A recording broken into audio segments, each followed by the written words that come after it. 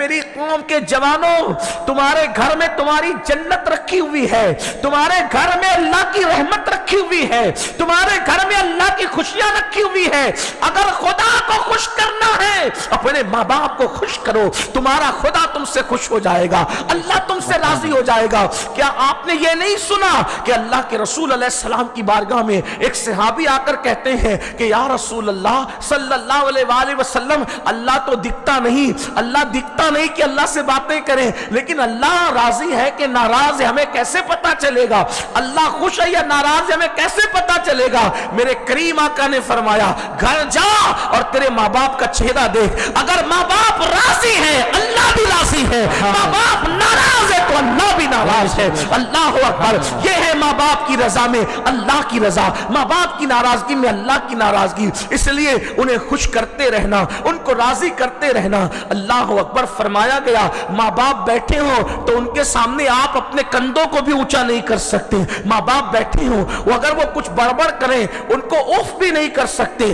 ہاں آپ کہیں گے کہ میرے ماں باپ بڑبڑ کرتے رہتے ہیں، یقیناً بڑھاپے میں آدمی بڑبڑاتا رہتا ہے، ایک بات کو 50 بار بولتا ہے، لیکن یاد رکھنا یہی تو آزمائش ہے۔ ماں باپ کا بڑھاپا تیرے لیے جنت بھی ہے، ماں باپ کا بڑھاپا تیرے لیے جہنم بھی ہے۔ مجھے یاد آتا ہے اگر ماں باپ ایک سے دوسری بار سوال کرتے تو بچوں کو، جوانوں کو غصہ آنے لگتا ہے۔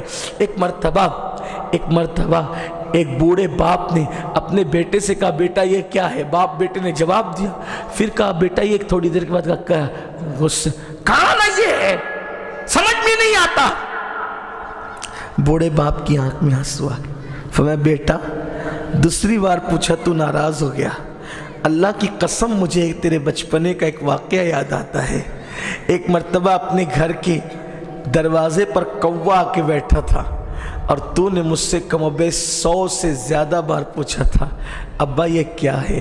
میں نے کہا تھا کوا ہے۔ ابا یہ کیا ہے؟ میں نے کہا تھا کوا ہے۔ ابا یہ کیا ہے؟ لیکن ہر بار جب میں جواب دیتا میرا پیار بڑھتا جاتا، اور میں نے دوسری بار پوچھا اور تو ناراض ہو گیا میرے بیٹے۔ اللہ اکبر، آپ اندازہ کریں، یقیناً ہے ایسا کہ ہمارے اور آپ کے بچے ایک سوال کو کئی مرتبہ نہیں کرتے، لیکن کیا ہمیں کبھی غصہ آتا ہے؟ کیسے عجیب عجیب سوالات کرتے ہیں نا بچے، لیکن ہمیں غصہ نہیں آتا۔ بچوں کے سوال پر ماں باپ کو غصہ نہیں آتا، لیکن ماں باپ کے سوال پر آج کل کے نوجوان بچوں کو غصہ آتا ہے۔ میں بس اتنا کہنا چاہتا ہوں، اگر یہی بات آپ کے سمجھ میں آ گئی تو میں سمجھوں گا کہ کھڑکوانی آنا میرا کامیاب ہو گیا۔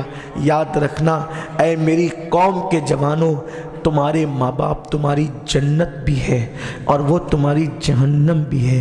لوگ کہتے ہیں مولانا میرے ماں باپ ہمیشہ بیمار رہتے ہیں، میں مسکرا کے کہتا ہوں خوش نصیب ہے کہ تیرے ماں باپ بیمار رہتے ہیں۔ لوگ چوک کر کہتے ہیں کیوں خوش نصیب ہو کہ وہ بیمار رہتے ہیں؟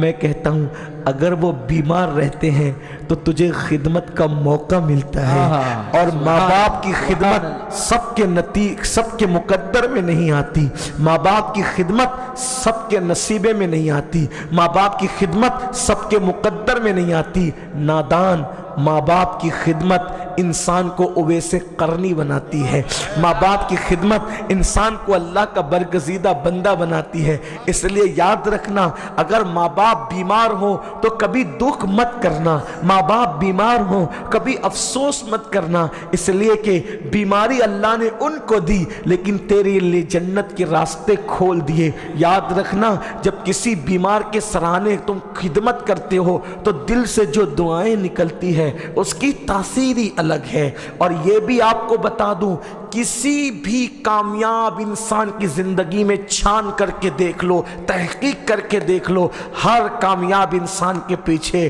ماں کی دعا کا اثر نظر آتا ہے۔ آپ پڑھو کسی بھی انسان کی زندگی دیکھو، اگر آپ پہلے نمبر پہ دیکھیں، حالانکہ اللہ کے رسول کو کسی کی دعا کی ضرورت نہیں تھی، لیکن میں اپنے نبی کی زندگی کو دیکھتا ہوں تو میں دیکھتا ہوں کہ ان کی ماں ان کے لیے دعا کیسے کر رہی۔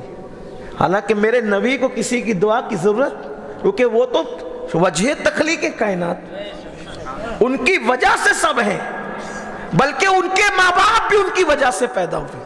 یہ میرے نبی کی شان ہے۔ لیکن آپ دیکھیں کہ میرے نبی کی امی نے ان کے لیے کتنی دعائیں کی۔ جب امام قسطلانی لکھتے ہیں، اس کا مفہوم ہے، کوئی مجھے اس پہ لمبی نہیں کرنا،